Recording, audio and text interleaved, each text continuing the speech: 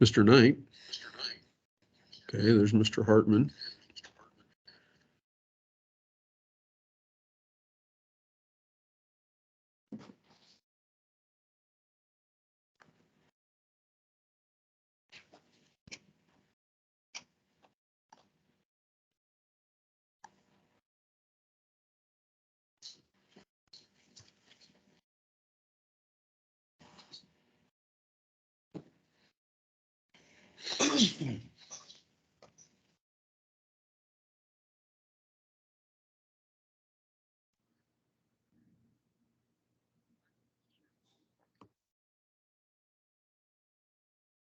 Do you have a number we could call Mr. Brown?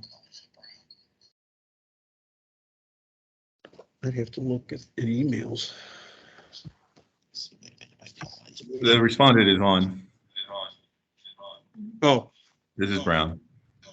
okay. Welcome, Mr. Brown. Hello, Mr. Hartman. We're waiting on two commission members who I haven't seen. Chris, had you? I have not seen. I have not seen Mr. Lyle or Mr. Knight appear at this point.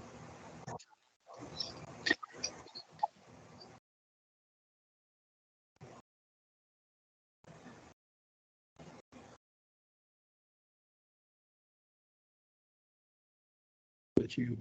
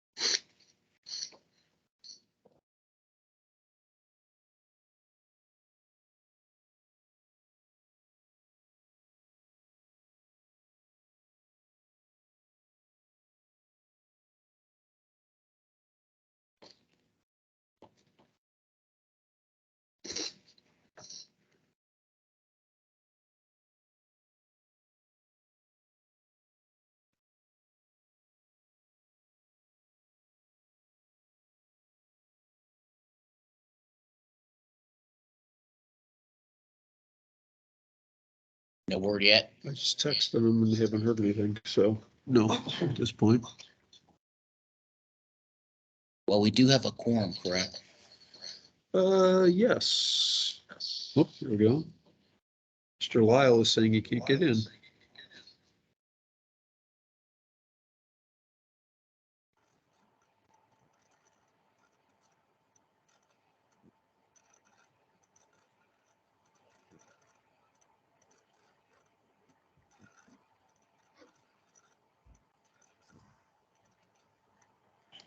There's Mr. Knight.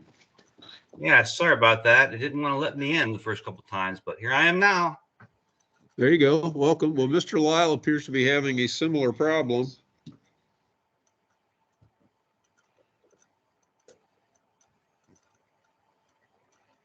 Try to go through the website. That's what I was about to do.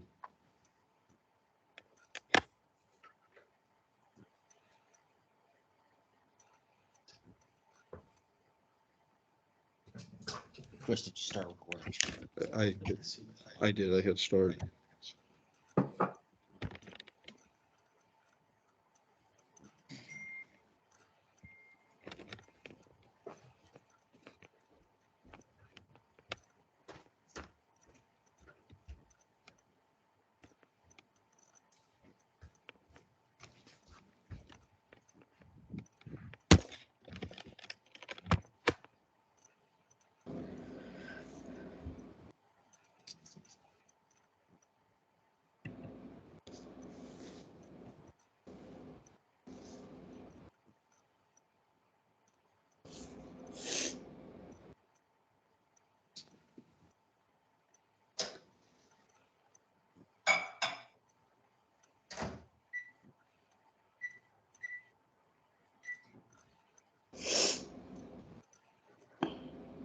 Hopefully someone's warming up their hot tea and not making popcorn.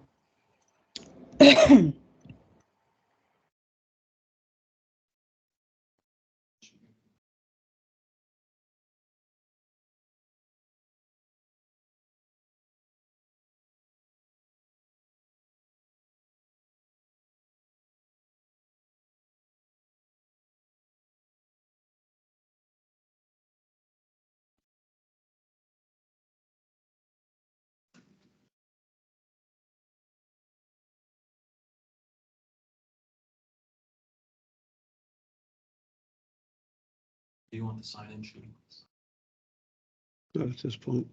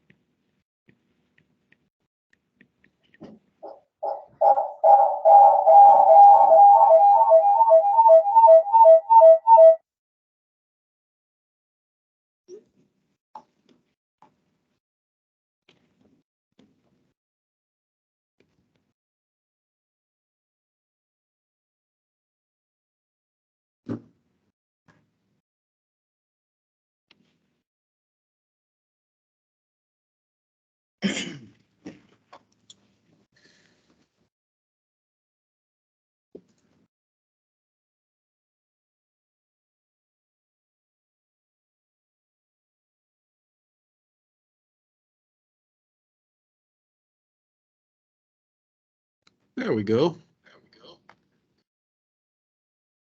Good morning, Mr. Lyle. You're muted.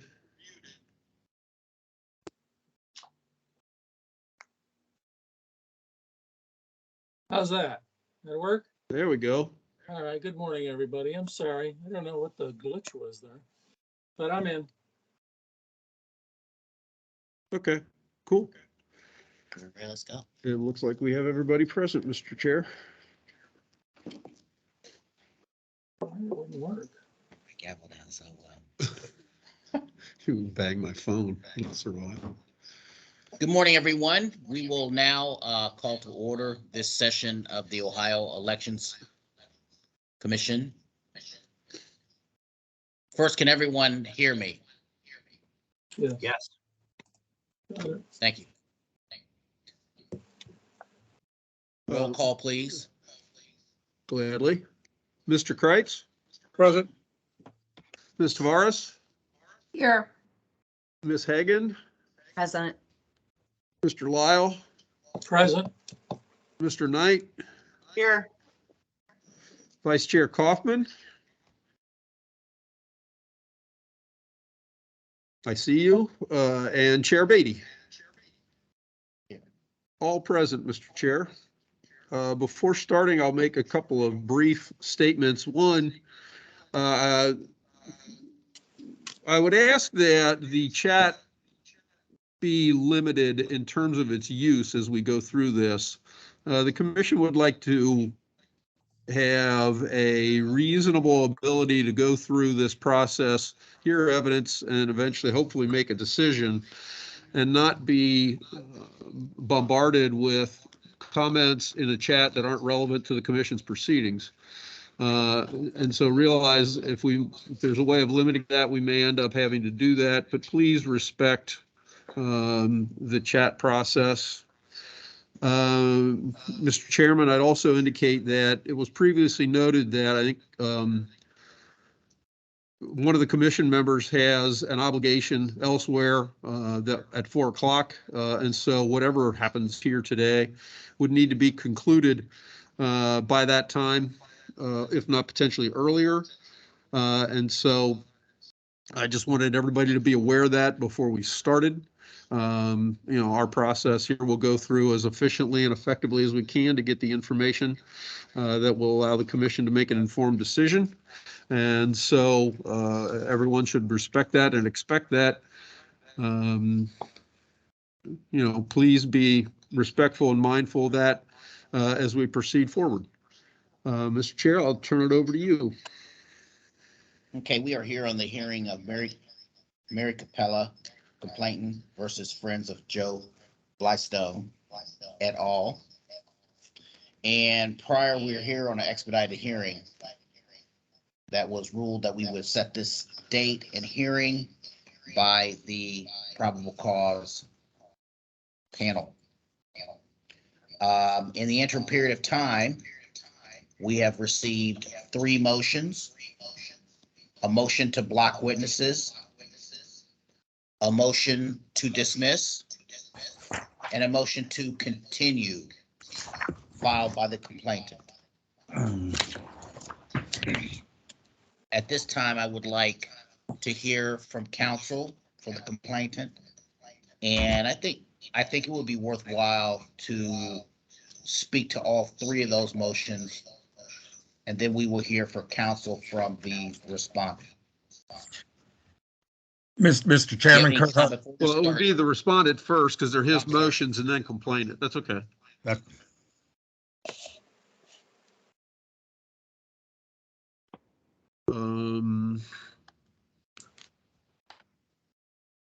Mr. Brown, how are you identified in terms so we can highlight you for the commission?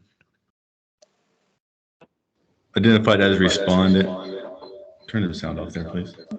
Can you do that then, Chris? If you see him, I don't see him. Yeah, he's following it now. Okay. Thank you. There you go.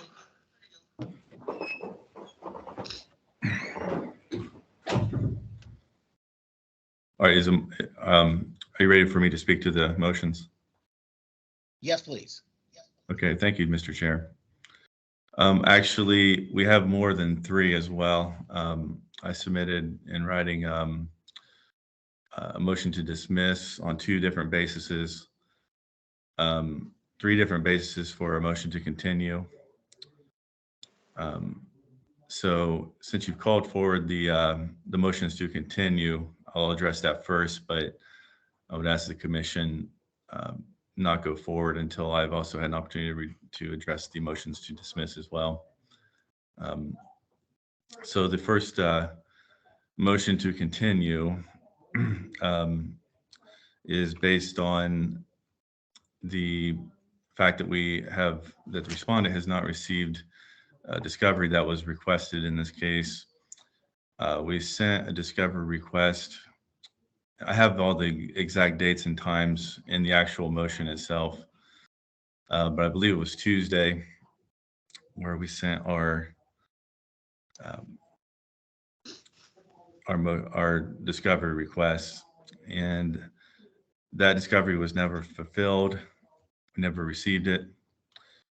Meanwhile, the respondent has answered discovery from the complainant in full. We received that discovery. Like I said, it's in the writing, but I believe it was Tuesday. Actually, it might have been Monday, but we fulfilled it on Tuesday and Wednesday. There were 2 different emails that we sent out. At 10:42 this morning, so about a half hour ago, Mr. Hartman from the complainant's attorney identified that there were bank statements he requested in that discovery. We provided those bank statements, but the identifying information in those bank statements was redacted. So that would be the name, address of the account holder, the account name, but the identification of the statements and all the transactions were not redacted. So it's too close to the hearing to get into that conversation. So we have fully provided the discovery, but it looks like we'll have to provide the unredacted statements, which is fine. But we would just, we're going to want to have a motion to file those under seal so that the identifying information isn't made public. Maybe he agrees with that, maybe he doesn't, but we don't have time, to deal with that.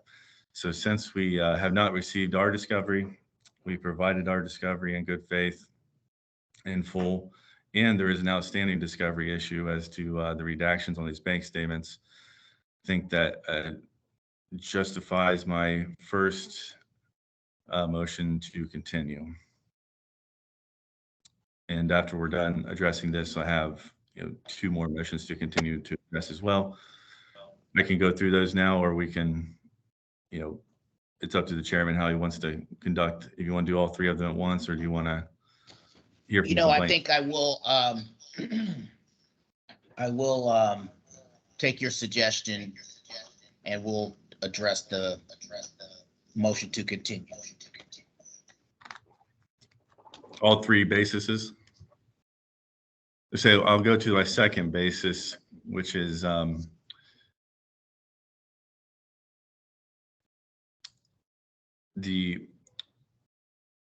so on Friday, the preliminary, what you might call like a trial statement, was due.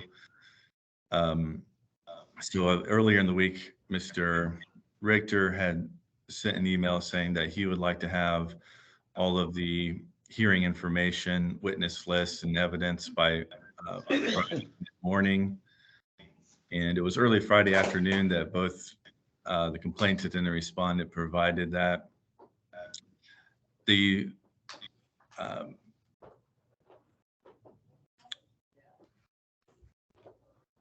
Elections Commission has adopted the civil rules to the extent that they are applicable in the Elections Commission's rules.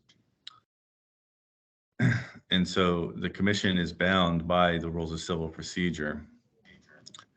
And under the rules of civil procedure, in your witness list, you're required to give the name, address, phone number, and an idea of what the witness is going to testify to. To me, what the witness is going to testify to is the most important item. And the witness list we had did not tell us who these witnesses were.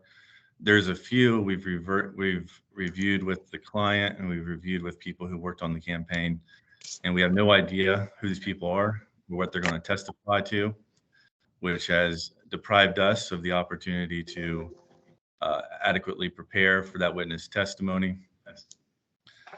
And I think it's important that the commission follow its own rules here. This is a body that is in charge of enforcing rules for other people. And it is required that when you disclose your witnesses, that you disclose what they're going to testify to. And the reason why is to prevent sort of secret punches or surprises during the trial, to which the other side is not prepared. And I think about it like, in Super Bowl 36, you had Tom Brady's first Super Bowl, and they knew that the referees didn't want to call penalties because the networks had said that they didn't want to have a lot of penalties being called. So the Patriots took advantage of that, and they committed lots of penalties. If you're familiar with sports, they hit Marshall Faulk every play, knowing that the referees wouldn't call anything based on that information they had. And so I think that it's important that we enforce the rules as they're written. And I don't think this calls for a dismissal of the case. I think it just calls for a continuance, because we can get the witness information and we can prepare for our witnesses. But as of today, we don't have the information to do that. Is that it at this point? Just on the motion to continue, and then on the Yep. motion to dismiss, that's a separate issue. So we'll. Okay. But that's all. Mr. Hartman, would you like to respond on the motion to continue?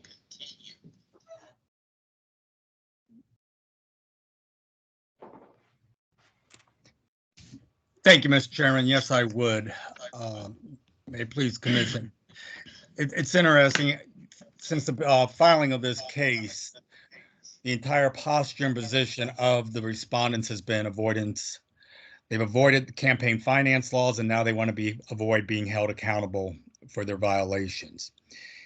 In terms of the motion to dismiss and the argument just made, I think it is baseless, both in terms of law and in terms of fact. Firstly, he complained about discovery. There was no discovery. There was discussions about expediting discovery, but there was never any indication in terms of conducting discovery. Initially, and thus we have received discovery requests, which under the rules of civil procedure, we have 28 days in which to respond. And as there was no prior agreement to expedite them otherwise, we can and would respond accordingly. Though I think it's interesting, he simply says, we've asked for discovery, we haven't gotten it, yet he doesn't identify any prejudice that would be resulting from the lack of such requests. And I think part of that is if you look at the requests he actually does, they're really extraneous, irrelevant, and really are not necessary to the preparation of the case. But that being said, we will respond to discovery accordingly. The time to address any discovery issues is not at the eve of a hearing or a trial. It is prior to that. And in a certain sense, that issue has been waived. In terms of his counter argument that their discovery has been fulfilled, again, there was no discovery request. There was exchange and discussions about expediting, about trying to take the Blystones depositions in advance of this hearing, recognizing their status here on the eve of the election. And in that regard, there is an email, and it's in the motion that he sent. I believe it's under Exhibit B. It's an email I sent on April 25th, where I basically said, here's a complete list of records. If we can get from Mrs. Blystone, we can do a deposition later this week. That is a deposition of Mrs. Blystone. That was, again, trying to coordinate between counsel in terms of trying to do those depositions. Never came to fruition, though he did produce some of those records. I would note in terms of saying that they offered the Blystones for depositions. You send an email out after hours on one day and say, Mr. Blystone is available for a deposition the following day at 3 p.m. I was actually asking for Mrs. Blystone's deposition first and foremost, and never had any opportunity to do so. Never had a response back when I asked him to give me a call to discuss it. And in terms of the records, he says they produced all these records and the bank statements. I'd like to show the commission what exactly was produced in terms of bank statements. Give me a break.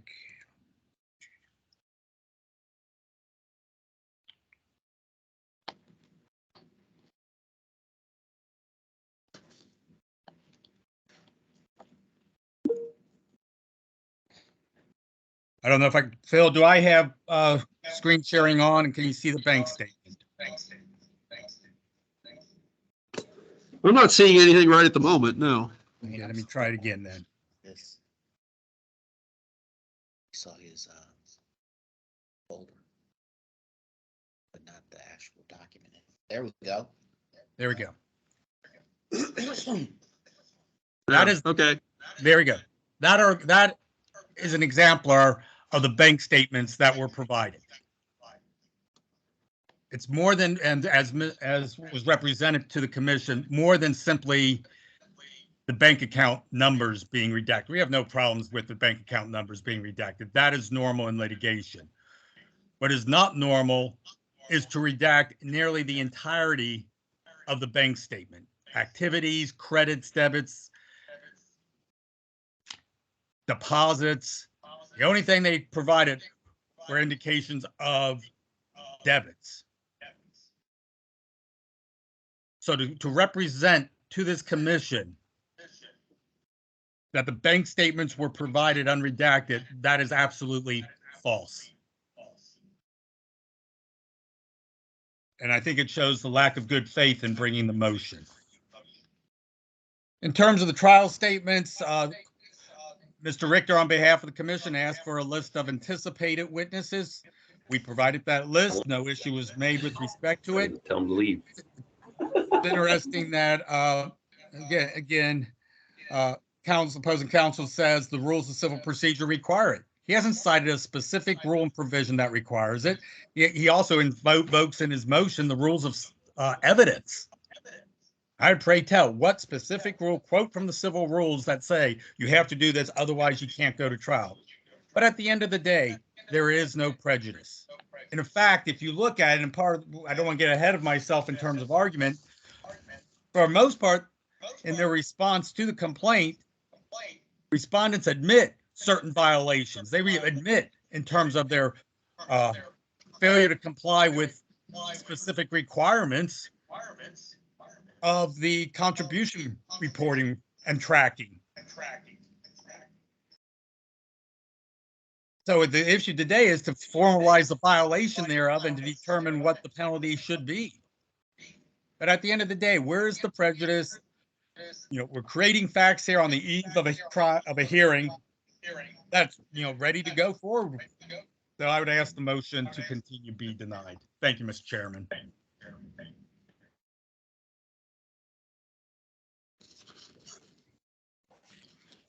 Thank you. Any short response? 2 minutes, Mr. Brown. Yes, sir. So we're not trying to, he said that our goal is avoidance, and I don't think the record shows that. And in fact, even when he said admit, but that's not what happened. So that shows a lack of trying to avoid. He says no discovery, but we did frame it as discovery and promulgate discovery on Tuesday. He said there's no agreement to expedite. Well, we have to expedite it because we only had 10 days from the preliminary hearing to this hearing. Does not identify any prejudice. The prejudice is that we have to now cross-examine witnesses that we don't know who they are. We don't know what they're going to testify to. That's a prejudice to us. He says that the requests are extraneous. That doesn't give him a right to ignore the request. He has to object to it, and he has not done that. Did not produce some records. The bank statements, I think he actually made a good point on the bank statements. I didn't know they were redacted that way. I took them from the campaign team and just forwarded them on. So I apologize for that. And that's one reason we shouldn't have hearings in 10 days. That's something we could have worked out normally, but we just didn't have time to work it out. And so that will be provided, and that was a mistake on our part. It doesn't quote a certain rule, so it's Rule 26, the Rules of Civil Procedure. You have to disclose all the information about your witnesses, and that has not been done. And then I really take issue with saying that the respondent admitted to certain violations. That is not true. The respondent has stipulated to facts. There's a big difference between stipulating to facts and admitting of a violation. And that shows good faith on our part, stipulating to those facts. And I think that's what we're going to be getting into at the hearing today. So there's no avoidance of accountability. And I believe that the whole presentation has demonstrated that we need more time to get ready for this hearing. So thank you very much. That's it. Okay, at this time, I'd like to hear from our executive director on this particular motion, and then I'll open it up for questions from the commissioners. Mr. Chair, members of the commission, I hear and respect the arguments presented. Considering we're going through an expedited process here, there are challenges to all parties coming to a meeting such as this and trying to provide necessary information. My recommendation would be to deny the motion to continue and go forward.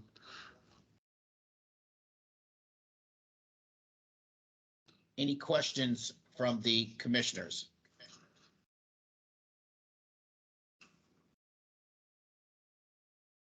Going once. Twice. 3 times. No questions. Being that there's no questions from commissioners, is there a motion for the ruling on this hearing? Excuse me, on this motion to Continue. continue.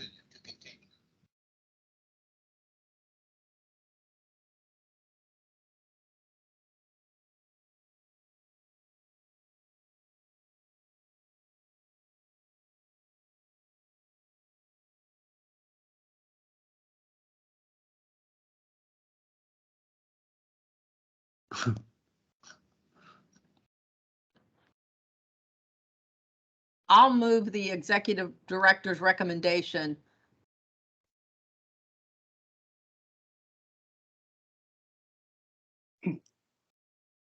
Second.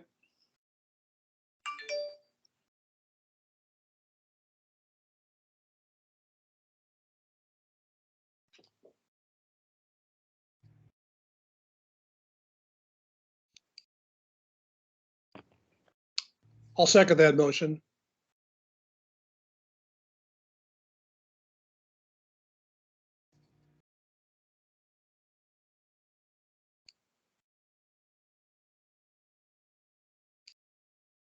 Mr. Oops, Richter, let are me try you that trying again. to speak? I'm sorry. I was wondering if you were trying to speak. Yeah. Yes. I guess I would say all in favor signify by saying aye, raising your right hand. Aye. Aye. All opposed? Motion passes unanimously. The motion to continue is denied. Correct.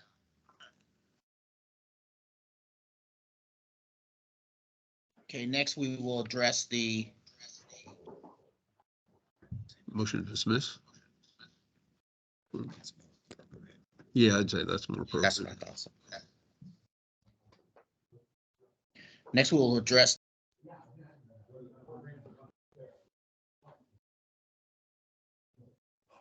Mr. Beatty, we can't hear you.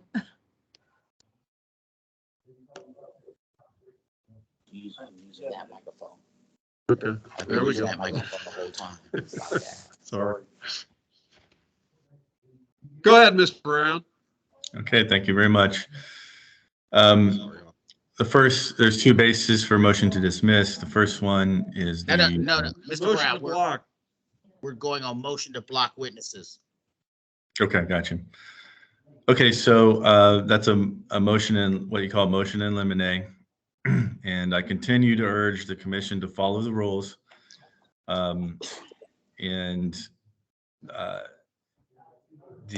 It's basically based on the same thing that the motion to continue was based on. You have to tell the other side what your witnesses are going to testify to. It's required under Rule 26. That was not done. We do not know who several of these witnesses are. We don't know what they're going to testify to. Our only preparation will be listening to their testimony and responding on the spot. It's unfair and prejudicial to the respondent. So we ask that these witnesses be blocked. Mr. Hartman? Mr. Chairman, I would note in response to Mr. Richter's inquiry request to the parties in the middle of last week to provide a witness list. We have provided that witness list. In terms of the witnesses, the bulk of the witnesses, we indicate what their testimony will be about concerning the standard operating procedures of Friends of Blystones as it relates, generally speaking, to contributions, observations at campaign events, and or statements by Joe Blystone or Jane Blystone. So to come and say we haven't identified the scope or what the general subject matters of their testimony, it is there. Most of these witnesses should readily be known to the campaign as they are former campaign staffers or volunteers. And again, I think it's a red herring and to raise it at this stage. No issue. It was tendered last week. First time we get it is a motion filed late last evening saying all this isn't sufficient. No request for supplementation if he really thought supplementation would have made a difference between Friday and today. Thank you, Mr. Chairman. Any short 30-second response? Quickly, Mr. Brown. Oh, yes. So we, first of all, we did provide to the complainant all the information that's required. So they have an advantage against it because they know what our witnesses are going to testify to. Second of all, the witness list was due on Friday. It responded by Sunday. It's the best I could do in terms of time. These are things that usually take months. And we're trying to get it done in such a short period. And I just think that in the interest of justice, in the interest of the reputation of the commission, in the interest of not showing hypocrisy and not following your own rules, I'm going to, this is going to end up in court, and I'm going to tell the judge that you put us in this unfair position. And if you're okay with that, then go ahead and vote for this. Okay. Mr. Executive Director, any comment? No, I think that, our expedited process is what it is. I don't know that honestly, I don't know that this case is the best one to have go forward in such a manner, but we're at a situation now where I believe we should go forward, and I believe the motion should be overruled or denied, however you want to look at it, and we proceed to try and hear what we can evidence-wise. Mr. Rector, may I ask a question? To Yes. you, actually, instead of the gentleman. Is it possible to omit those that were submitted that don't include that information and hear from both sides that which does include all of the information that seems to be in dispute?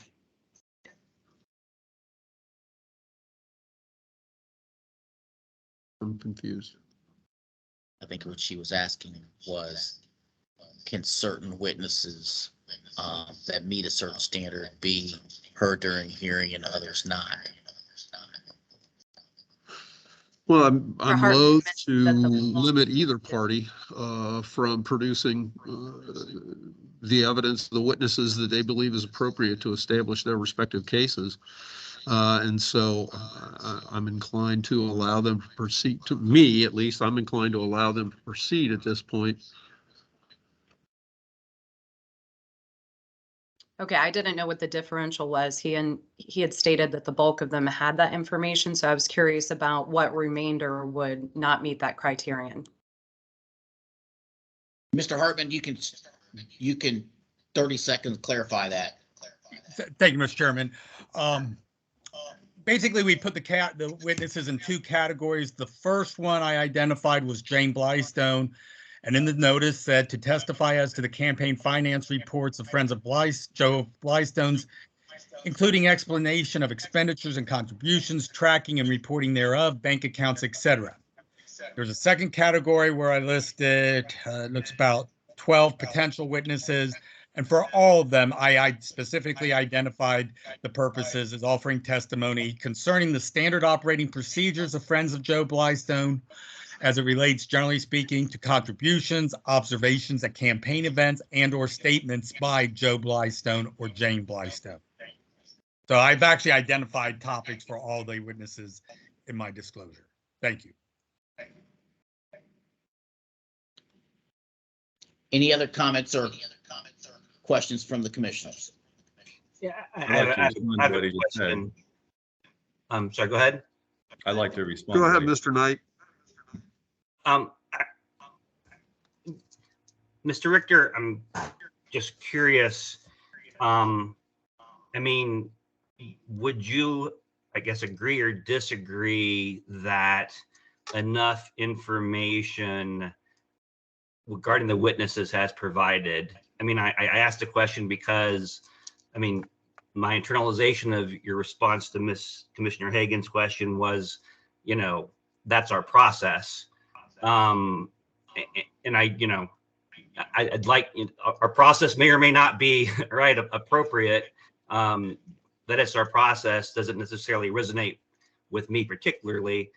I mean, if it was our typical process, right, we wouldn't have had the hearing originally as situated, right? We had a mandamus action and so forth and so on. So I guess my question is just on the merits of the legal argument that Mr. Brown put forth. What is your thoughts? Well, as I've kind of indicated in other contexts, the commission, while it hasn't had expedited hearings in a while, did regularly go through the expedited hearing process. And while there were challenges to the commission's decision, some of them upheld, others not, the commission's expedited process was never challenged sufficiently. And there was never a court ruling that said the commission's process was either improper or unconstitutional. My recollection, or my recommendation again, is to go forward. We've got a statutory obligation to proceed and to hear the matter to the best of our ability. And so that's where I'm coming from as much as anything. Okay, thanks.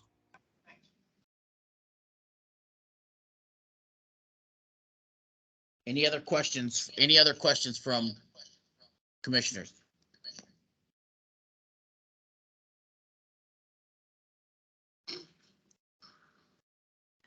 Could I have clarity once more from Mr. Hartman? Was it just one you said then that didn't meet that criterion that the other attorney was speaking to?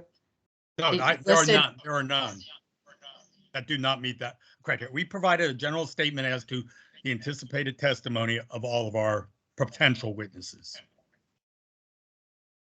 Okay, we're hearing two different things, so it's making it difficult, I think, for the commissioners.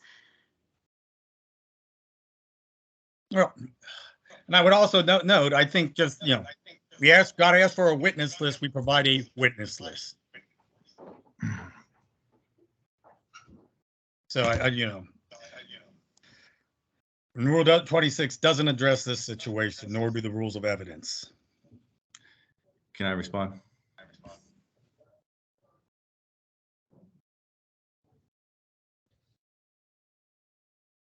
Go ahead briefly, Mr. Brown. Rule 26 requires certain things in disclosure of witnesses. In every case, the rules are incorporated by the commission. And there are at least 4 witnesses here that we've never heard of. And we've talked to people that are associated with the campaign. Mary Jones, Robert Jones, Selena Poling, and John Whitwer. These are 4 witnesses that none of us have ever heard of. Plus, we don't even know, like, they have an attorney from another case, Scott Pullins, on there. We have no idea what he's going to, what he's going to testify to.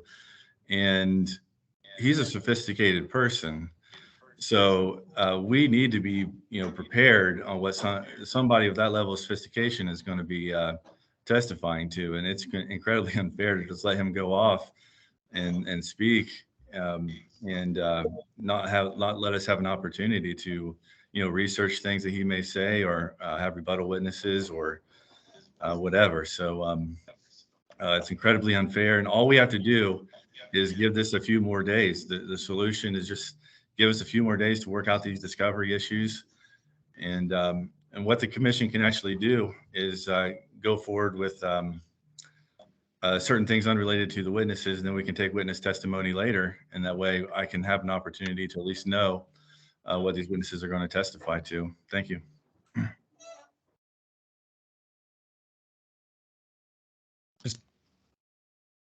Mr. Chairman, Yes, need to respond? I would just simply note, now it's not all the witnesses. He's only identified 4 that he has particular issue with, apparently. And in terms of Mr. Pullins, if Mr. Pullins has personal knowledge of some of the things in terms of observations at campaign events, he's appropriate witness to offer it. The fact that he may be quote unquote sophisticated is neither here nor there. If he witnessed certain things or can identify certain things, his testimony is relevant and within the scope of what we identified. Thank you.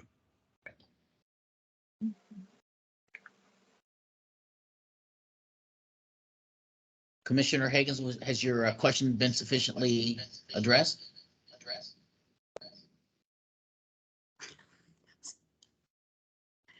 I appreciate the thought, Chairman, but it looks like this is not going to be resolved on either side. Okay. All right. Any other comments or questions? Mr. Chair? Yes, please. Yeah, Mr. Brown, I've got a question. You have a motion in limine. Is it as to all witnesses? Is it as to what specific witnesses?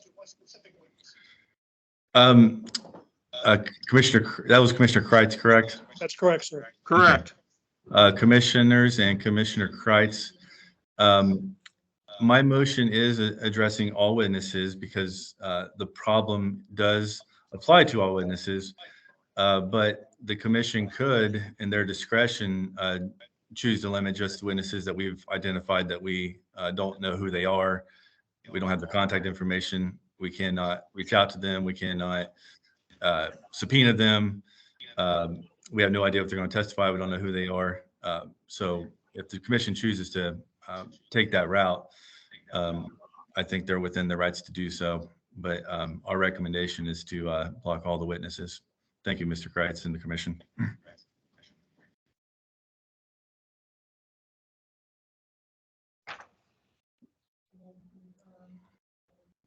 Mr. Chairman, for the record, can he identify those that he does not know? I did not pick it up when Mr. Brown first said it, who he said we do not know who those 4 witnesses were, just so I can look at them. I believe it was Jones, Pullins, and Correct. Witter. That's not correct. Poland, too, I think. So if it's okay with the commissioner, I'll answer that question. I'll take that as a yes. So the commission doesn't have the authority to accept any of these witnesses, but the ones in particular that we noticed that we have no information on whatsoever, we don't know who they are: Mary Jones, Robert Jones, Selena Poling, and John Whitwer.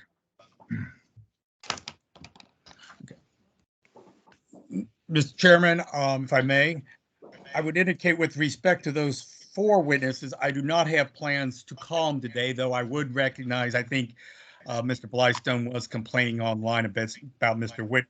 Whitwer. So it'd be dumbfounding as to why they now claim they don't know who he is. But with respect to those 4, we won't be calling them today. Very good. Hopefully that helps.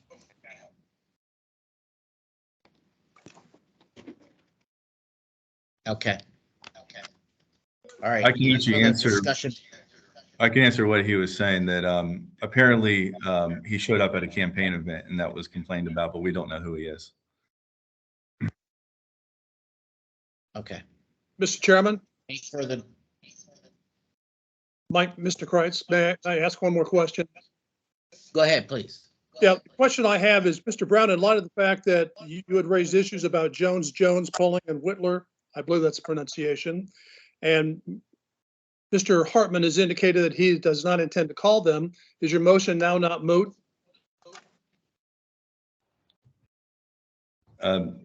Commissioner Kreitz and to the commission, the issue is still not moot because the required information wasn't provided for any of the witnesses.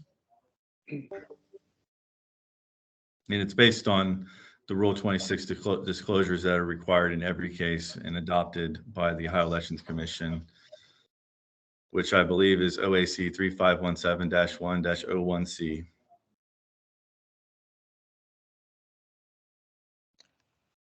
And Mr. Chairman, for the record, I would object that Rule 26 does not require that for witness lists. It requires it for initial disclosures. Thank you. And it's trivial at this stage.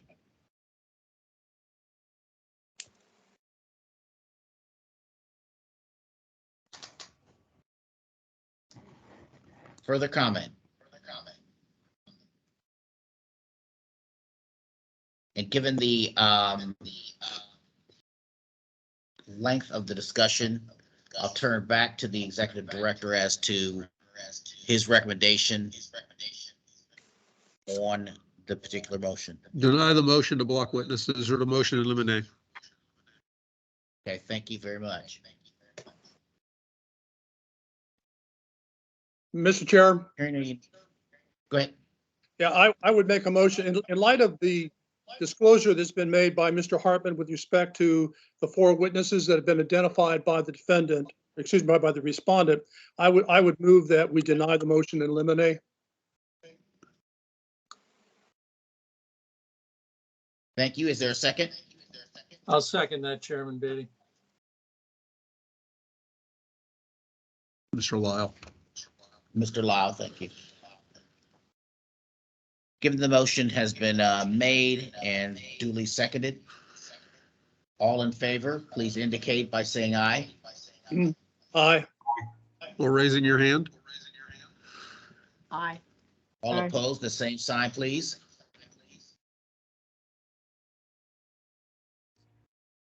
Seeing none, the motion to deny the motion to block witnesses is approved 7-0. Correct. Okay. All right, on to the final motion. The motion to dismiss. Mr. Brown. Thank you, Mr. Chairman. So OAC 3517-1-02A1D requires an affidavit to be made on personal knowledge and to express the basis for that personal knowledge.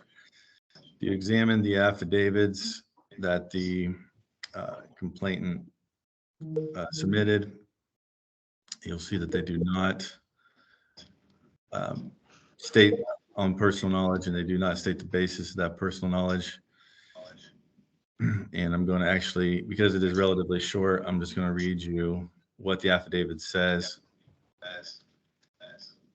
The affidavit says, and I'm quoting, complainant Mary Capella, having been duly cautioned and sworn, states that the facts in the foregoing complaint are based on personal knowledge supported by the exhibits and attached hereto and are true and accurate. So the affidavit cannot make that kind of a generalized statement. It has to state the facts in the affidavit itself and state the personal knowledge in the affidavit itself. You cannot incorporate a complaint into an affidavit like that. I know that because I've actually had an affidavit thrown out by a judge on that exact same basis last summer. So I know that that's how it's looked at. And so I move that the whole complaint be dismissed based on faulty affidavit. And the second basis for the motion to dismiss is that the expedited hearing process, which we are operating under today, is unconstitutional, deprives the any respondent in any case of this nature of due process. The report that this complaint is based on was issued in February, and the complaint could have been put out for the 60-day time frame that requires an expedited process. And they waited until April 7th to issue the report, which took advantage of the expedited process. And then, as we've discussed already today, there's already been a number of matters that have put us into an unfair position. I think that the whole expedited process itself is unconstitutional. The deprivation of due process, it doesn't allow the parties to have time to prepare their cases. There's no other legal proceeding that I'm aware of where you have to do a hearing in 2 days after the complaint is filed. In the criminal context, you may have to do something with the judge, determine bail or whether you're going to be in jail or something of that matter, but you don't get to the substantive presentation of evidence and witness in 12 days. So motion to dismiss on faulty affidavit and lack of unconstitutionality of the expedited process itself. Thank you, Mr. Chair. Mr. Hartman. Yes, Mr. Chairman. This matter was previously addressed and adjudicated at its proper venue, which was at the probable cause panel hearing. Probable cause panel hearing rejected the same arguments. They made the determination, they determined the jurisdiction of the commission and determined that a sufficient personal knowledge was established. So that bill's already been rung and rejected. And so I think for outset, that is the appropriate resolution. And in terms of the merits, though, I will address it.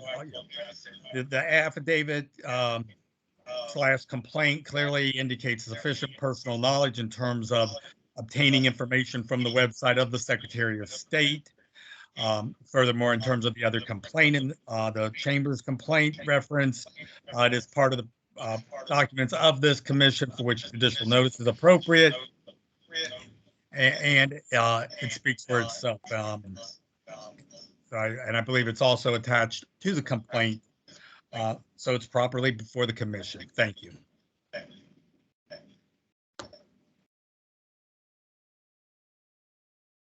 Okay, thank you. Mr. Brown, 30 seconds. Mr. Chairman and Commissioners, one thing I think is important is taking time to review the filings. And of course, with the expedited process, we didn't have time to get the filings to you weeks in advance like we normally would. I would urge that you not roll on this matter, especially the constitutionality issue, until you have read the filings. And so I would say potentially even defer that matter. But it's clearly a violation of due process. And I lay out in the right, there's some sort of echo going on there. Everybody could turn off their sound. Go ahead. Thank you. So the way due process works is the process that's due is appropriate for the type of proceeding that's going on. We have 9 witnesses in a mountain of evidence, thousands of pages of documents. There's no way for the commission to review that evidence before today. There's no way for even the parties to completely review it with the scrutiny and the attention that it needs. That's just humanly impossible. And so I argue that the due process in terms of time that's been provided is simply insufficient. There's, like I said, no other type of proceeding that is forced down a respondent's throat this fast. And so I recommend the motion to dismiss. Thank you. Okay, before I hear questions from the commissioner, what is the executive director's comments or recommendation? This matter, in reviewing it, this matter was essentially addressed at the probable cause panel review, and the motion was denied at that point. My recommendation would be to deny here again, as it really doesn't add anything to what was previously presented to the probable cause panel. And again, that's what the probable cause panel determined. Okay. Any questions or comments from the commissioners?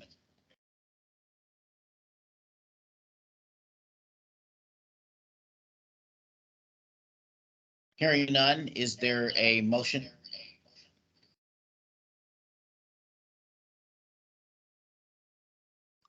I move that we follow the recommendation of the executive director.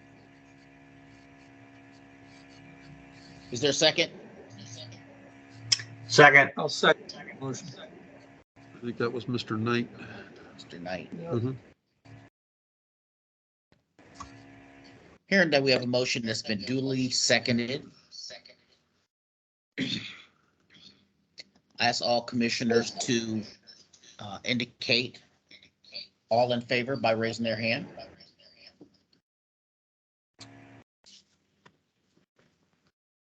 All opposed? We have one opposed. No, I didn't see any opposed. Was there? Oh, Ms. Hagan? Yes. Okay, Ms. Hagan, I apologize. I glanced away. Any other opposed? Okay, the motion passes 6-1. Thank you. All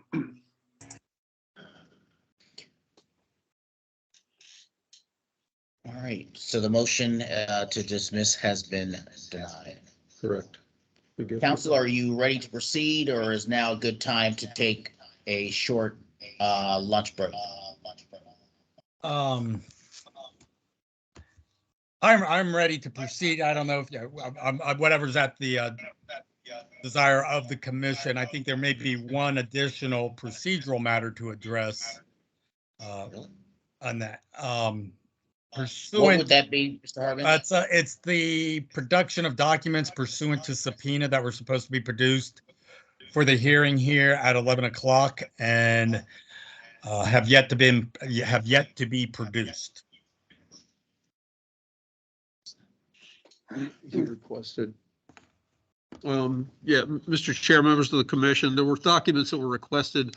You saw at least presumably one portion of it, the bank records, for which there was an incredible redaction.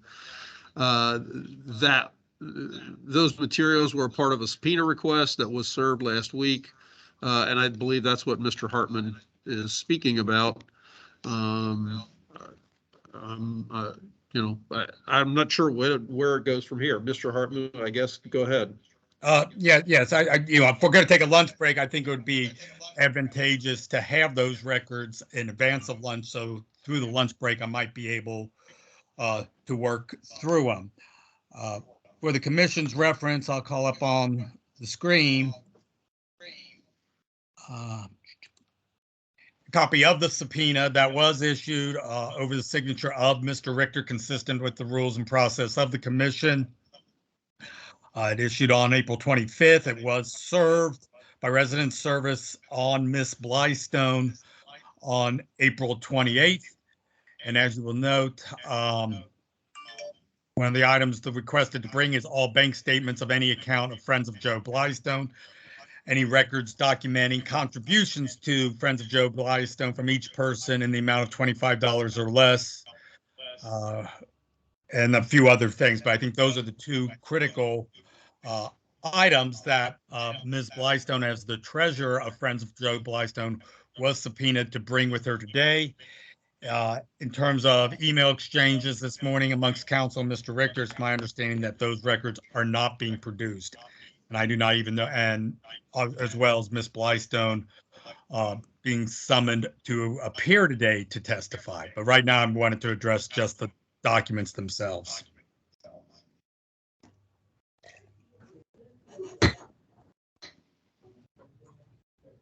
Mr. Brown? There's no objection to providing the bank statements over the lunch break, but we do motion that to be filed under seal.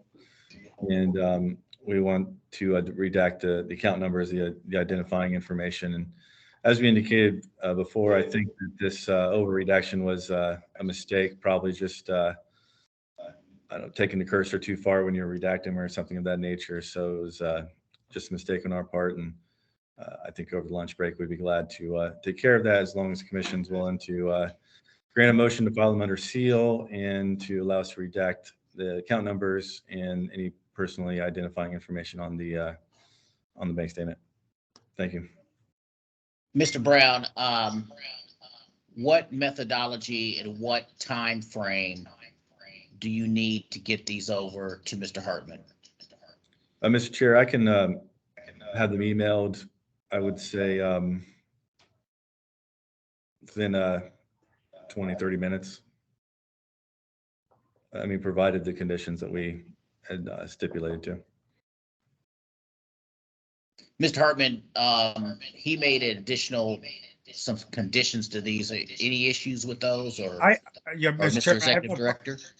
Yeah, Mr. Chairman, I have no problems with the bank account numbers being redacted. Never have had that. They should have been produced a little over an hour ago and ready to be produced. It's amazing, and then these are the same formats that they tendered them to the Secretary of State. In terms of tendering them under seal, I'm not sure exactly what is being desired there. We have a public hearing. I'm going to have to potentially offer them into evidence here later as an open hearing, and I think that prospect goes away. So I think that may be more avoidance again, but that's the only issue, Mr. Chairman. How I will comment is the commission, we're a public agency. The documents that we receive become public documents. We get constant reminders, let's say, from the state auditor's office in terms of protecting personally identifiable information and accounts. And it's certainly not something that that either Mr. Hughes or I produce when we're obligated to produce information.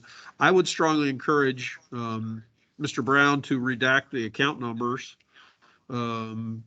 before producing them for Mr. Hartman and for providing them to the commission. That way that's taken care of, because there really isn't any other method for this commission to accept something, as you phrase it, under seal. That's just not that's not the way the commission works. We're a public agency, unlike someplace like the Ethics Commission, where there are allowances for certain documents done out of the public eye. That's not the commission's manner of operation, even though if we're subsequently asked to produce materials, that's what we do, is make sure that those materials are properly that kind of information is properly redacted.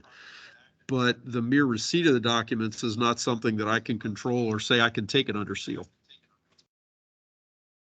Just to clarify, I think we're all on the same page here. So I'd only wanted to redact I only wanted to seal any unredacted bank statements. The redacted ones obviously will be public records. So we're glad to provide that. So I think we're all on the same page here. And by the way, there's a civil rule that requires a tribunal to seal documents under certain circumstances. So how the commission has always done it is irrelevant to me. But we don't need that because we're only going to be providing the redacted copies. Okay, and you've indicated you can get these to Mr. Hartman in the next 20 to 30 minutes, correct? Yes, Mr. Commissioner. Mr. Hartman, what is a sufficient amount of time for you to review these particular documents?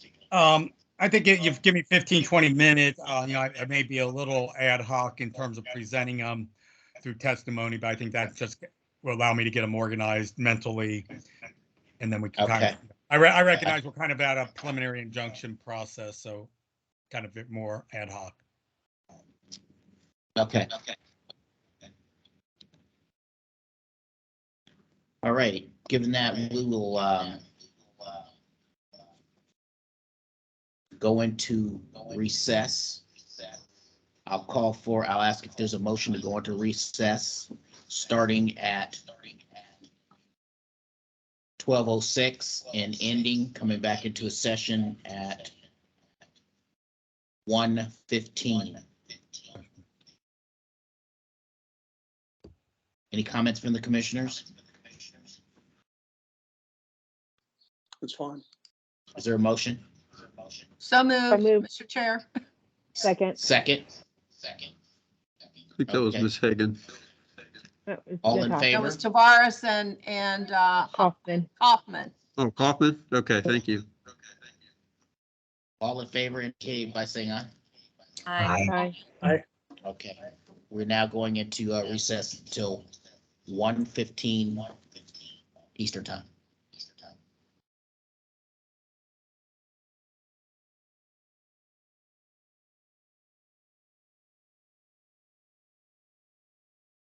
Okay, I think I unmuted us. I think you have.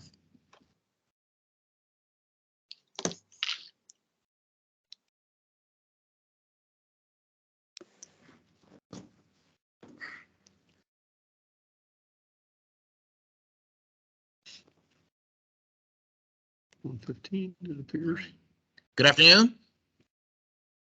Afternoon. Okay, looks like everyone is back.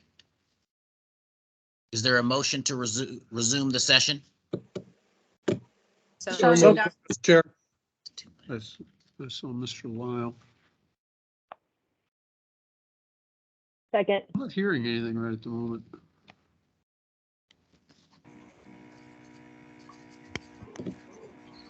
Chris, could you hear me? Yes. Okay. Okay. Hold on, I'm not. Okay, I think that'll do it. Yeah, there we go. Okay, so we're doing it. Okay, Mr. Lyle, I think I saw you move to have us come out of the recess. Was there a second that I missed? Second. Thank you, Ms. Kaufman. All in favor? Aye. So it's there. Yep, all right. We're back in session, Mr. Chair. Okay, Mr. Executive Director, how should we proceed? I believe it would be Mr. Hartman's time to proceed.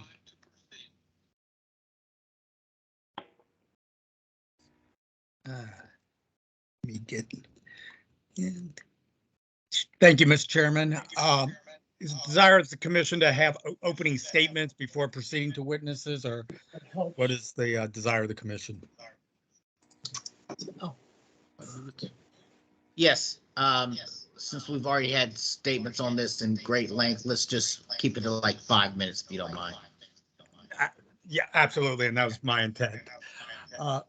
Members of, may it please the commission, Kurt Hartman on behalf of the complainant Mary Capella.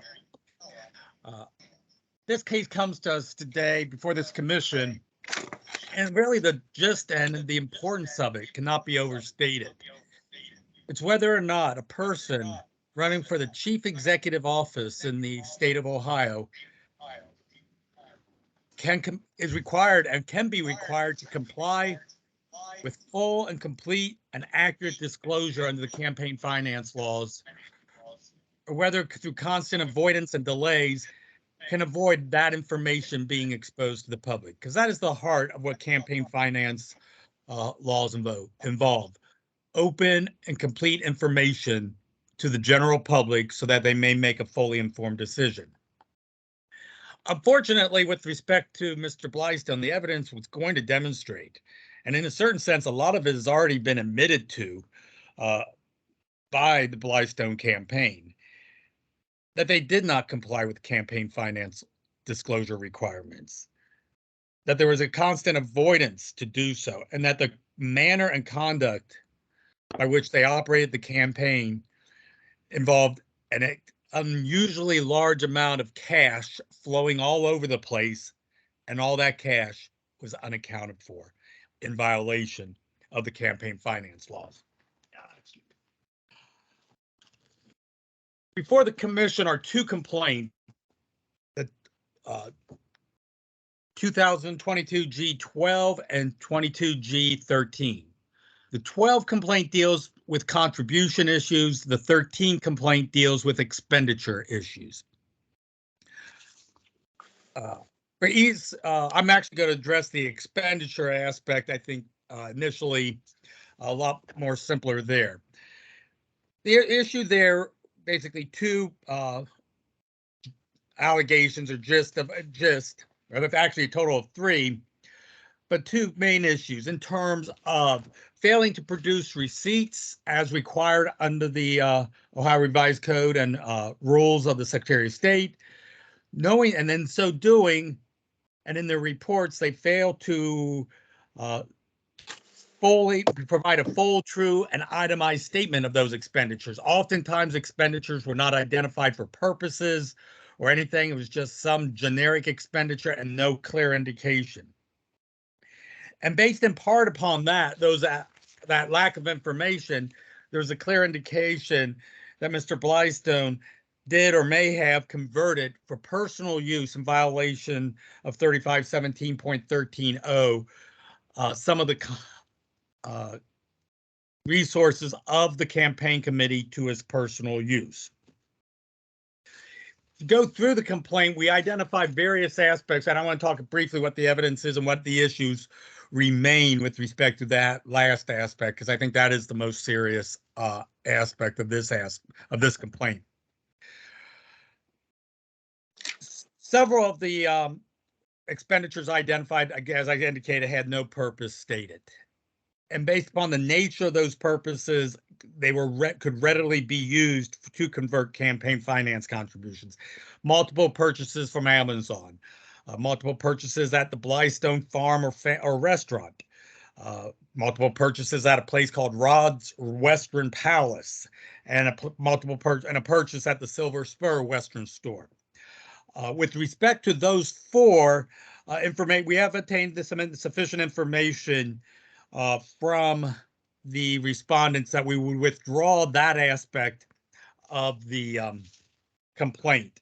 However, what's left and the most serious aspect is set forth in paragraph 19 of the complaint, deals with bulk purchases of fuel.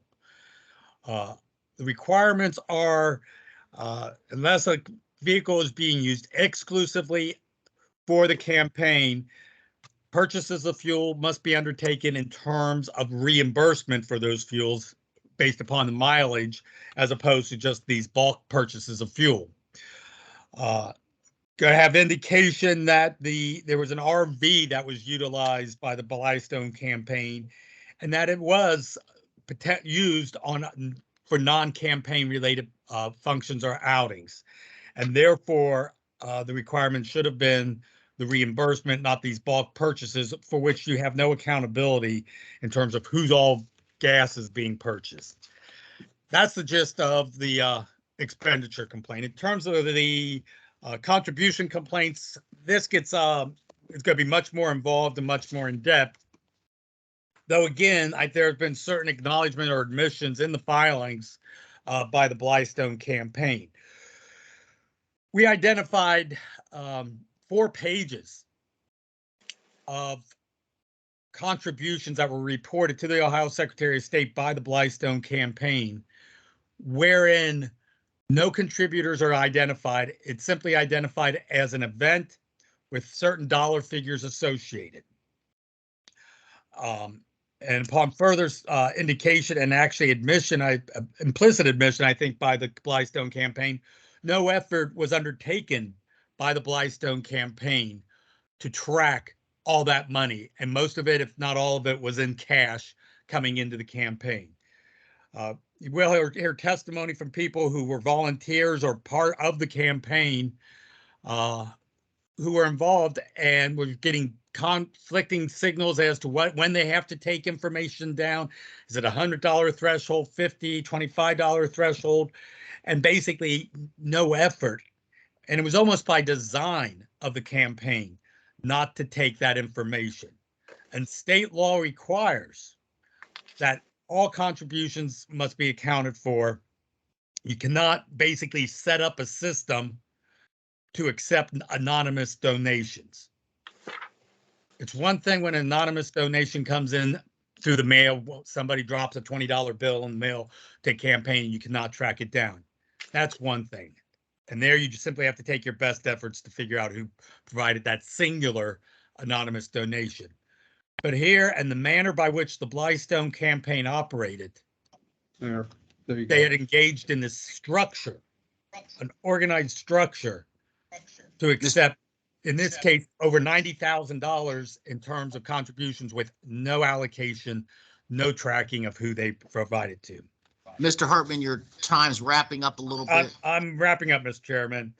So I think when you Thank hear the testimony and how it was structured, how it was designed from the beginning, and you look at the reports, you will see a violation of the Ohio Revised Code requiring in terms of keeping and maintaining accounting for all contributions received.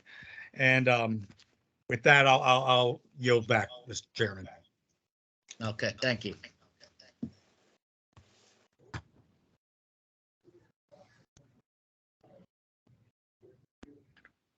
Mr. Brown? Thank you, Mr. Chairman. I just wanted to start off by saying we spent a lot of time on some motions this morning. And the reason that a lot of motions are made is because we're creating a record for a court. And the record that we'll be making here, it may be appealed, and we have to say things on the record in order for it to be admissible in court. So a lot of the things that we put forward were for the purpose of creating the right record. I disagree with the commission's decisions on a few things, but thank you for indulging us on that and putting your work into hearing that. We think that I'd like you to look at the fact that there's going to be a lot of records submitted here and a lot of rhetoric from the complainant. And you're going to see that that the respondent, that Mr. Blystone and the campaign have actually cooperated quite a bit and acted in good faith and done their best on everything. And it takes time to review these records. A lot of this stuff is currently being reviewed by the Ohio Secretary of State. And so I do think that the commission should consider what is being reviewed by the Ohio Secretary of State and wait to make a decision until the secretary issues a decision. Unlike the complainant, there's no questions as to who's behind the Secretary of State or why they're doing what they're doing. The Secretary of State's a neutral arbiter. And so they issued a letter to us, which they do to almost every campaign, asking for a clarification, no accusations of wrongdoing. And we provided that clarification on April 15th last month. And we've provided that letter and the response in our response to the complaint. I'm glad that the complainant dismissed 4 of the 5 identified expenditure violations. Those were easily disproven, and that has deprived us of an opportunity to demonstrate the speculation and the hubris of the complainant in merely going through campaign finance reports and saying, well, I think that looks fishy, I think that looks fishy, but not being able to identify an actual violation or anything wrong with it. And that is peppered out throughout this whole thing. It's obviously an effort to make a political statement. There's been a fight to get this done as quickly as possible, and obviously in a hope to get it done before the election, which definitely calls into question credibility of some of the statements. You're going to hear testimonies from, quote, volunteers. You're going to find every one of these volunteers, so-called, are outspoken opponents of the Blystone campaign. We didn't have time to gather all the online remarks that we would like. And that's another thing we would like the commission to take time in making their decision so that we can continue discovery and provide documents to show that these witnesses are not credible. They're all just opponents of the Blystone campaign. And it's one thing if they testify or submit evidence of something that's objective, but when you're talking about something that's subjective or is ambiguous, meaning it can be interpreted in more than one way, you can't give credibility to somebody who is just out to help an opposition campaign. So going through the actual violations, you're going to see 4 categories of violations. One thing that has annoyed me greatly is Mr. Hartman continues to say admitted. He knows the difference between a stipulation and an admission, and he keeps saying admitted. We have not admitted anything. We have stipulated to certain facts. And so going to violation 1 and complaint 012, that's the one that addresses donations, as opposed to 13, which is the expenditures. On the donation side, we have stipulated that the campaign took cash donations under $25 without taking the name and address, and that was done on, so we've stipulated to that fact. We haven't admitted to anything, and there is a difference. And the statute, if you read it, is incredibly unclear and says in the beginning that it's section E, 351710. It says that the name and address of cash donations at an event under $25 is an exception. And now it's also clear if you continue reading the section that there's an exception to the exception, that the campaign still has to take that information.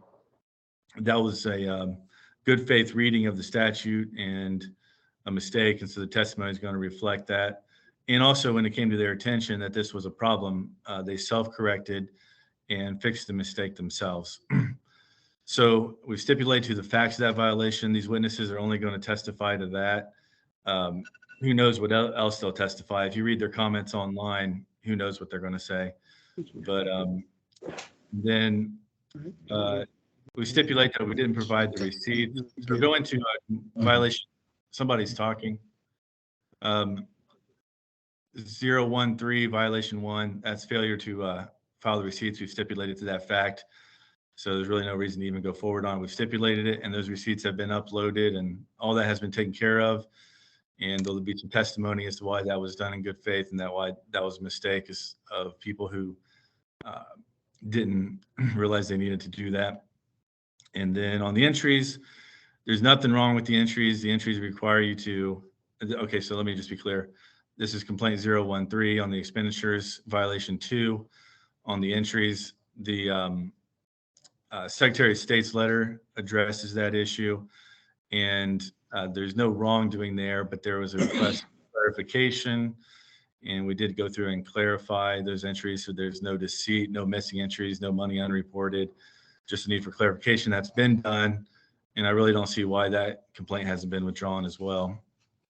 And that's every campaign has to do. There's almost no campaign where you can't point to something where there's an ambiguous entry or something that needs to be clarified.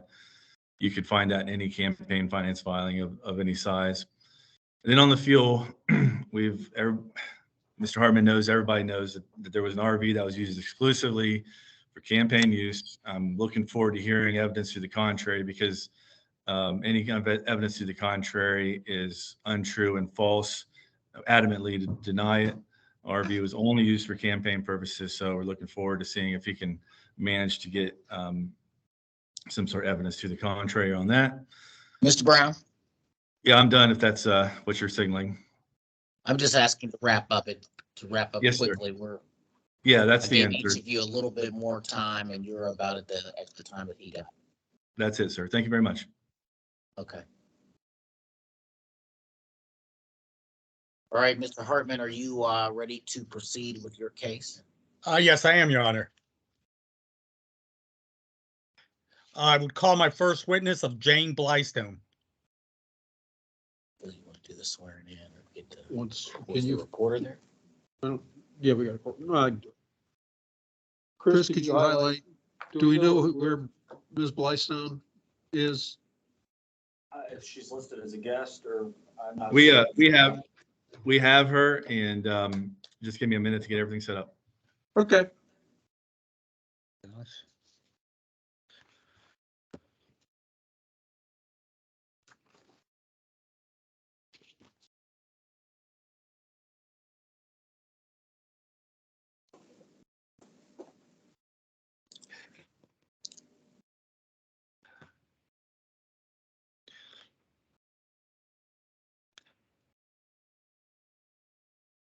Mr. Chairman, while they're doing that, if I may make a brief evidentiary motion. I would just ask or move that the commission does take judicial notice of the electronic filings by the Blystone campaign with the Ohio Secretary of State's office, consistent with the authority to take judicial notice as indicated by this Ohio Supreme Court in State Ex Rel, Ohio Republican Party versus Fitzgerald, 145 Ohio State 3rd 92, paragraph 18. Government information available or obtainable from a government's website. Thank you. Mr. Brown, how do we find Ms. Blystone? Trying to figure that out myself right now. Just a moment. I was kind of half assuming she was going to replace you in the respondent guest. Yeah, let's just turn this off.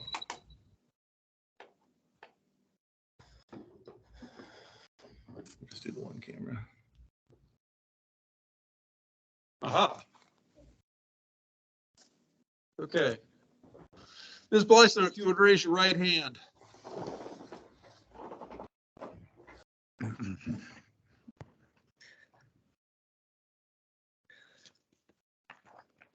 Ms. Blystone, if you would raise your right hand.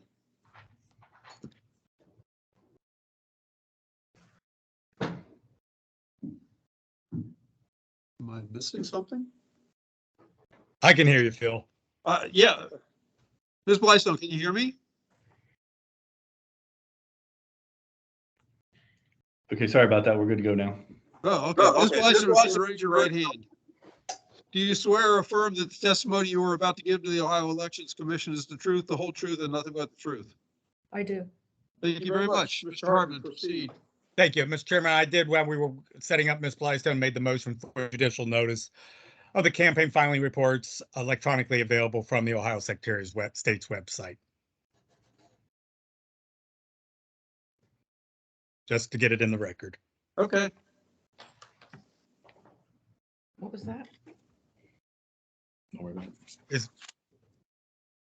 the motion being granted? just to clarify. No, I have no objection, provided I can review it before it goes into the official record. It's whatever's on the electronic website of the Secretary of State's website. It's a government website and information available there. Yes, I said no objection. Okay. I think the commission has accepted that, so please proceed. Okay, thank you. For the record, would you please state your name and your address? Jane Blystone, 8677 Oregon Road, Canal Winchester, Ohio, 43110. No problem. And Ms. Blystone, you are the treasurer for the Friends of Joe Blystone Campaign Committee, is that correct? That is correct. And in support of whose candidacy is Friends of Joe Blystone established? Joe Blystone. Okay. And who is Joe Blystone? He's a candidate for governor for the state of He is Ohio. No problem. Is he your husband? He is. And approximately when did Friends of Joe Blystone organize or get created? I believe in February of 2021. And you were the treasurer at that time? Yes. You've been the treasurer throughout the existence of Friends of Joe Blystone, correct? Yes. Have you ever been involved in any political campaigns previously? No.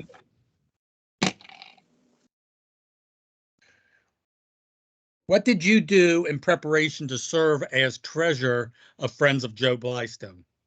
I am running our business. I am the person that pays the bills, and I take care of all the business in our business, Blystone Farm.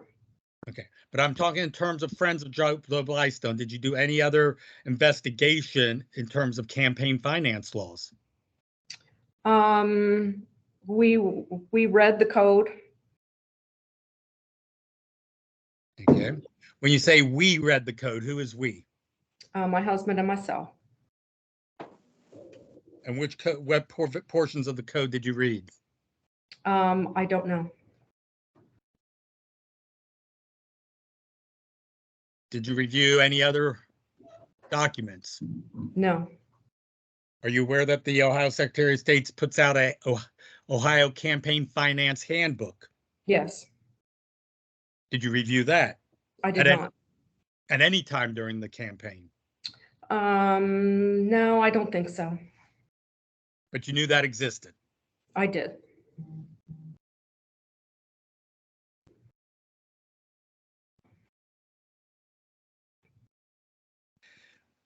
Besides reading the code with Mr. Blystone, did you confer with any other person about campaign finance obligations? Oh, just maybe some advice from people who had run currently or earlier. Okay. Can you identify any particular person with whom you consulted for that advice? No.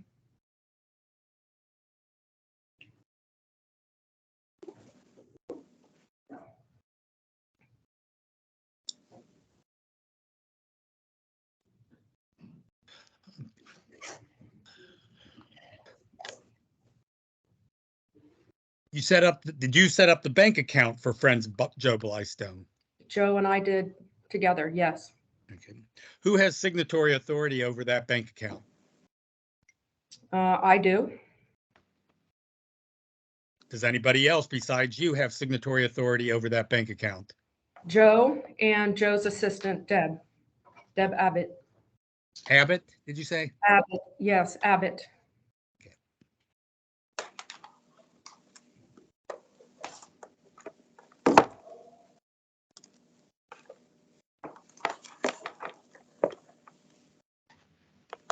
Before the campaign got going and underway, did you develop or set up with your husband or with Deb Abbott any process or procedures, how you would operate in terms of receiving contributions, how expenditures would be made? Kind of what in other words, what the standard operating procedures would be for the campaign in terms of its finances? Well, being the treasurer, my duty is to collect the money, deposit the money, and report the money.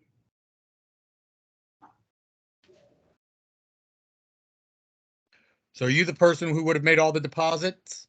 That is correct.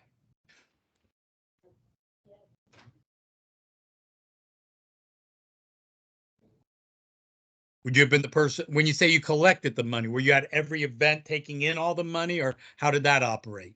Absolutely not. We have 1,200 volunteers in the state.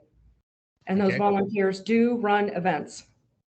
But they do bring me the money, or they send the money in the mail to the PO box. But did you, but go back to one of my questions. Did you set up any standard operating procedures as to how functions and events would operate in terms of receiving contributions? Objection, she's already answered that question. You still have to answer it though. Oh, as the treasurer, my duties are to collect the money, deposit the money, and report the money. I know that's what your duties, how you define your duties as treasurers. That's not the question. The question is, did you set up any standard operating procedures as to how the money would be collected at functions?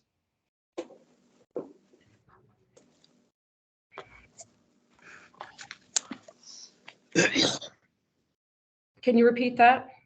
Did you set up any standard operating procedures as to how money would be collected at events or functions? No, nothing in writing, no. And what did you do orally with respect to that? I would just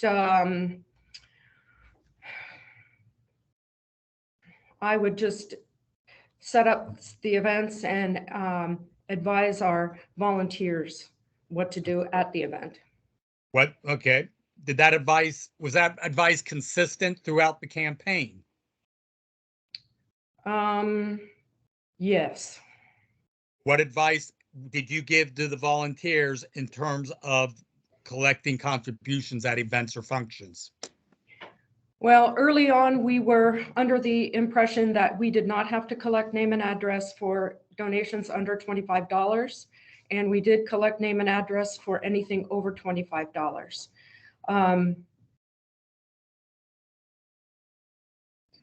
That's it. Well, the question was, what instructions did you give the volunteers at the events or functions?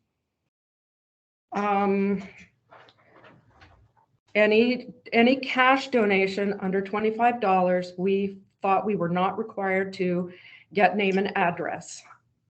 Anything over $25, we got name and address on donation forms. Was there always an understanding that the threshold was $25 versus $50 versus $100? Yes.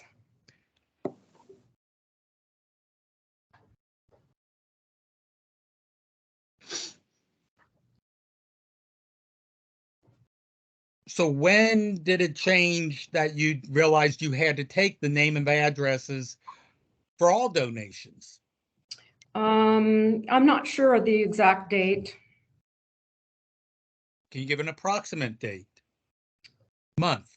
Maybe November? Of 2021? Correct.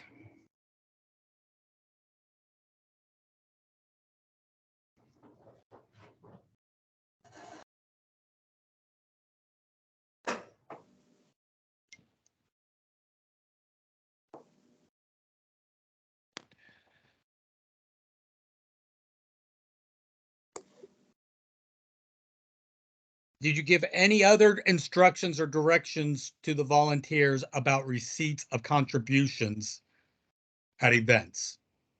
I don't Other think, than if it's under $25, we don't need to take their name and address. I don't think so. So you never gave any directions or instructions to the volunteers that you could not take cash contributions greater than $100, correct? I did. Wait a minute, I just asked you if you gave any other instructions. And you said you did not. Well, I did. Now you're changing that testimony within 30 seconds, correct? I didn't understand the question.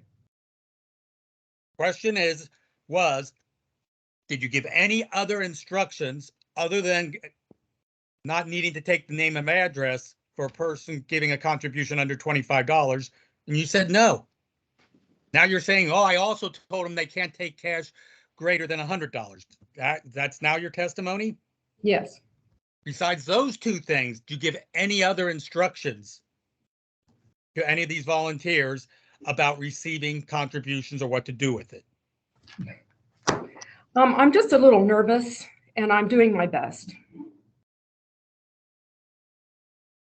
Did you give any other instructions other than now the $25 and below, we don't have to take name and address and we can't take cash contributions greater than $100? I don't think so. Was your husband aware of that limitation? I believe. Objection calls for speculation. I'll rephrase it. Do you have any basis to believe your husband knew of that limitation?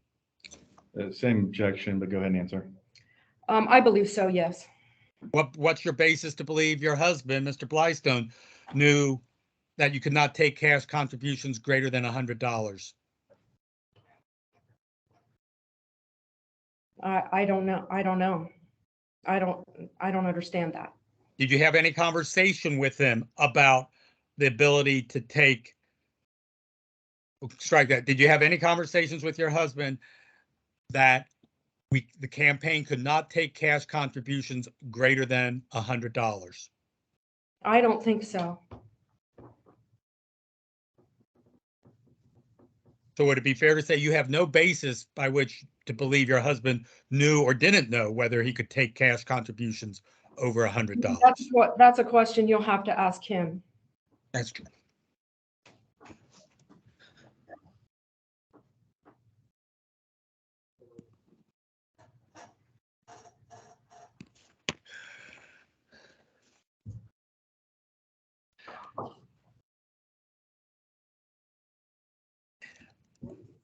There was an event, I believe, in May of 2021 in Dresden, where I believe the then Lieutenant Governor, running mate of your husband, was present. Were you present at that event? I can't recall. Okay. There's also a person named Dr. Frank who was at that event. Were you at that? Do you recall that?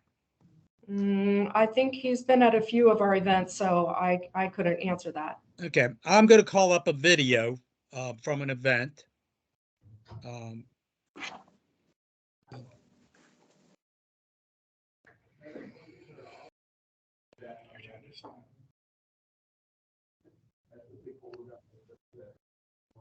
me make sure I got the right one.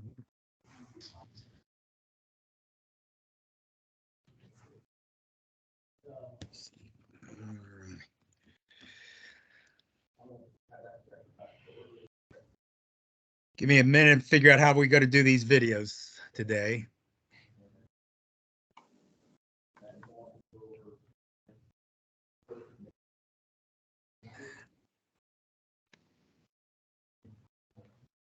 I would note for the record, this is clip one that was previously tendered to opposing counsel and to Mr. Richter last week.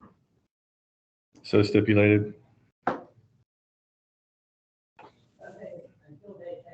Assuming it's the video that I think it is. Yeah.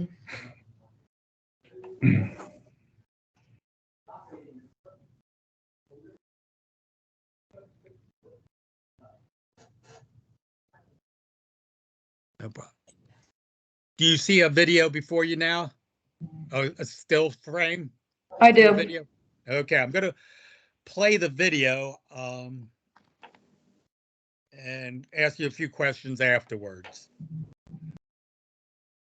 Before I go further, you recognize the person on the left side of that video? Well, on the left side of the photograph I'm looking at is my husband, Joe Blystone. Okay, and there's a woman on the right side. Do you know who that is? Yes, that is at the time, that's the day he announced Joanna Smolin as his lieutenant governor. No problem. Were you at this event? Yes, I was. Okay, let's play through the video. It's about a 3-minute clip.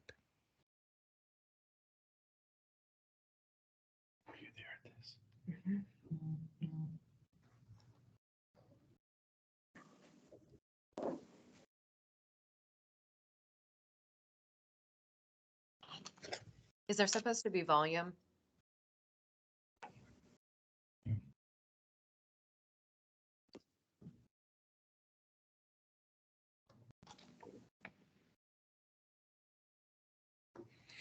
Okay, I'm going to stop the video here at 26 seconds in.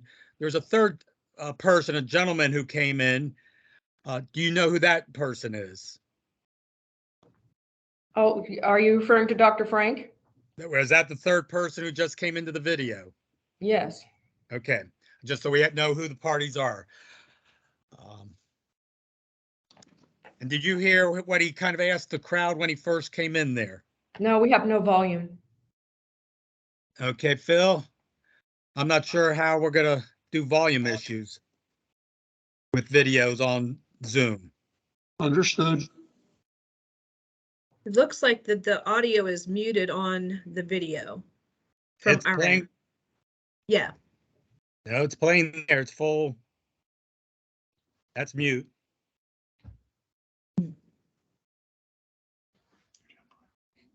Phil, you do have this video as what we tendered earlier. I don't know if it plays from your end. It might have the audio.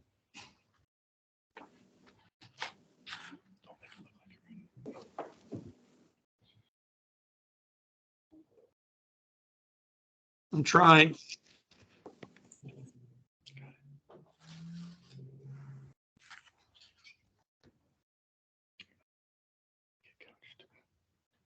Nope.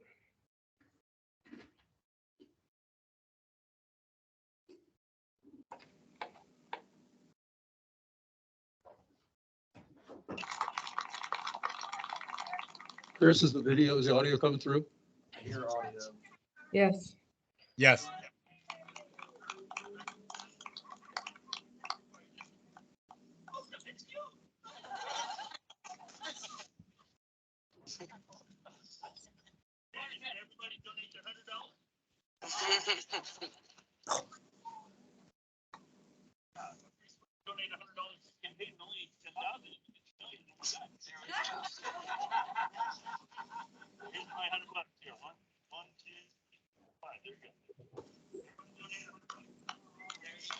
Awesome.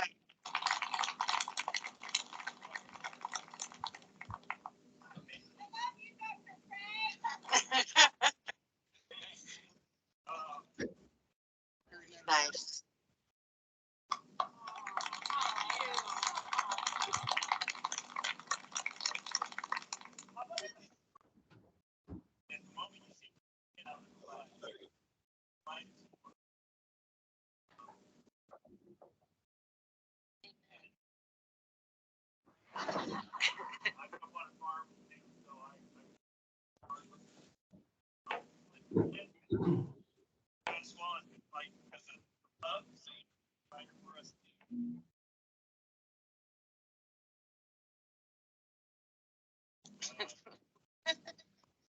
What else should I say?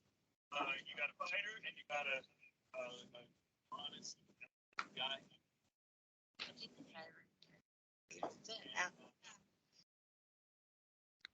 Can we pause it for a minute there? Phil, I'm actually having trouble hearing part of it as well. It's kind of disjointed.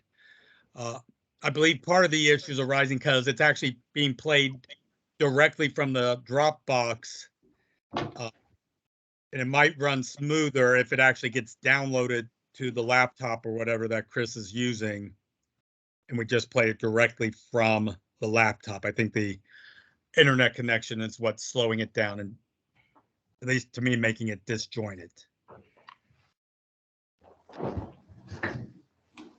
I don't know if the commissioners are having trouble hearing it as well. Yeah, not only is it disjointed, it's so low as to be barely audible.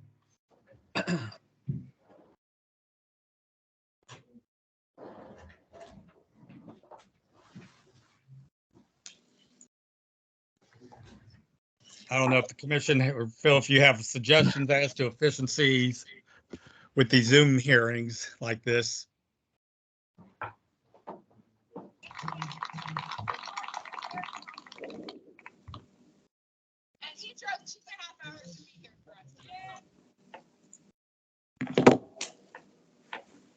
Bear with me, I'm about to get it. Okay.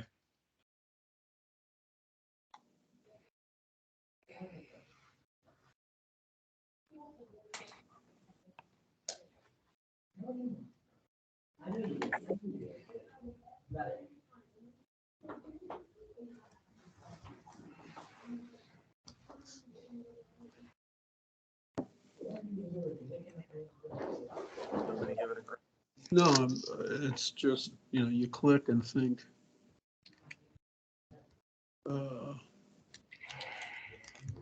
Mr. Hartman, is the purpose of your purpose of showing the full video live at this proceeding more for the witness or for the commissioners?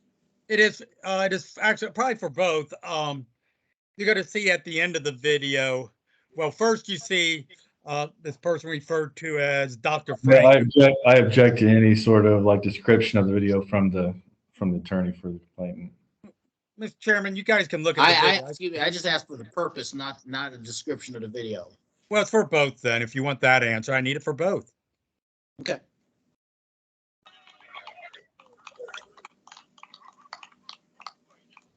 Does that sound come through, Chris?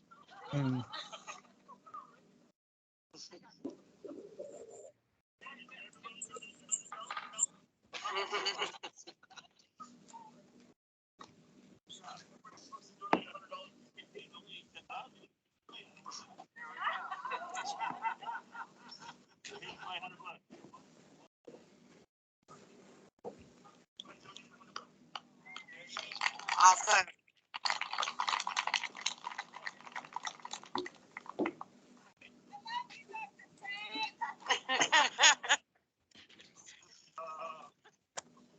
Nice.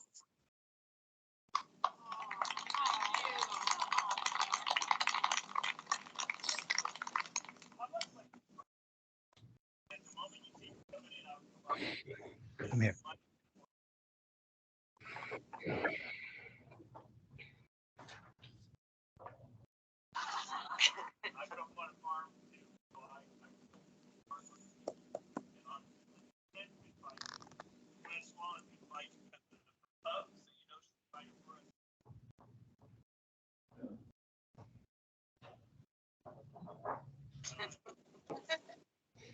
What else should I say?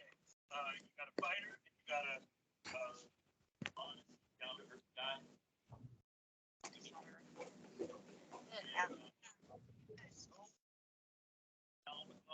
I was just sitting with gentlemen. Like the gentlemen at the table, they were going up against the wall and front to his door. And talking to each other, so I tapped in my pocket, pulled out a little card and said, Yes. and I said, really ought to look.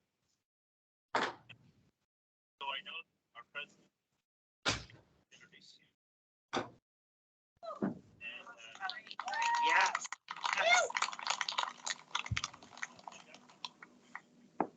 and I said to him, yeah, where you waste $1 million? You guys think kind of gives you credit for the whole thing. But so I'm trying to give you $100 and I'm gonna start lobbying, telling everybody you only need 10,000 to give you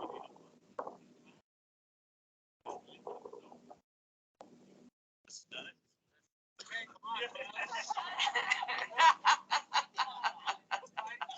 Freedom. Yes. You bet you can.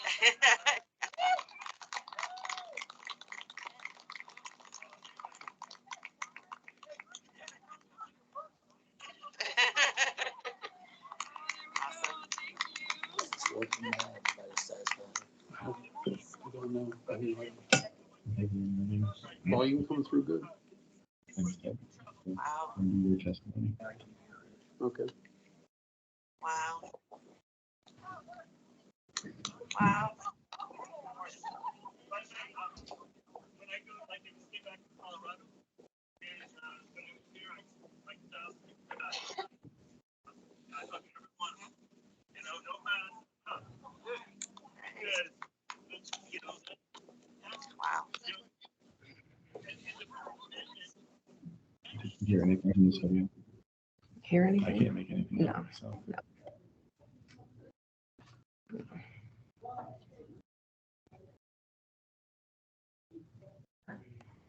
Okay.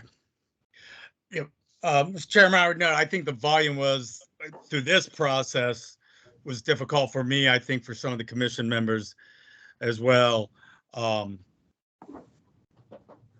Has the audio been, or the audio visual been provided to the commission members by which they might be able to review it independently at this moment, but actually consider it fully and hear it itself? I circulated all the videos the other day, yes. Okay. With that being said, and with the video being identified for what it is, I'd move that the admission of that first video clip into evidence.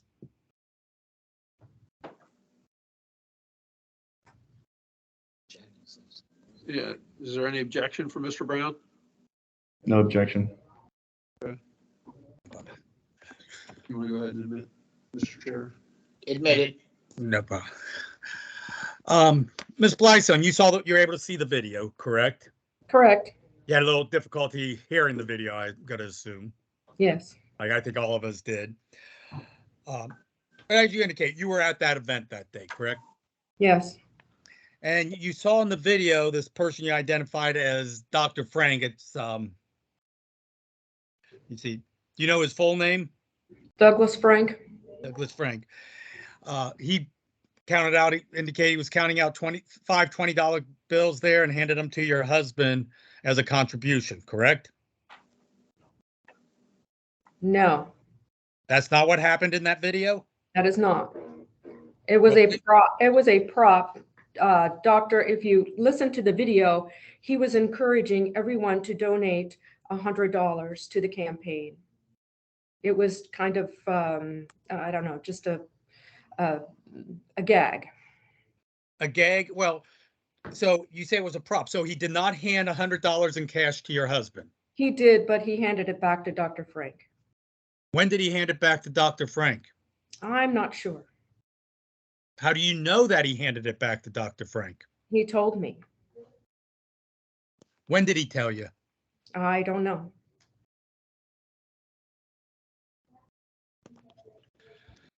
So Dr. Frank walks up, hands your husband, the candidate for governor, $100 in cash. Your husband, you agree, received and accepted that $100 then and there from Dr. Frank, correct? Yes, for the moment. So I promised Joe that if he invited me to his event, I'd donate 100. So again, another prop. What do you mean another prop? Well, I mean, he does that at events to encourage people to donate $100. So you and the campaign, through the use of this prop, are suggesting to those in attendance that Dr. Frank is giving a donation when in fact Dr. Frank is not giving a donation, correct? I guess it kind of looks that way. And so you're creating a false image or a false perception to the No, general public of a no, donation being made when a donation is not being made, correct? no. Well, how would somebody at that event know that that was just a prop that Dr. Frank was handing, or that your husband was going to give it back to him sometime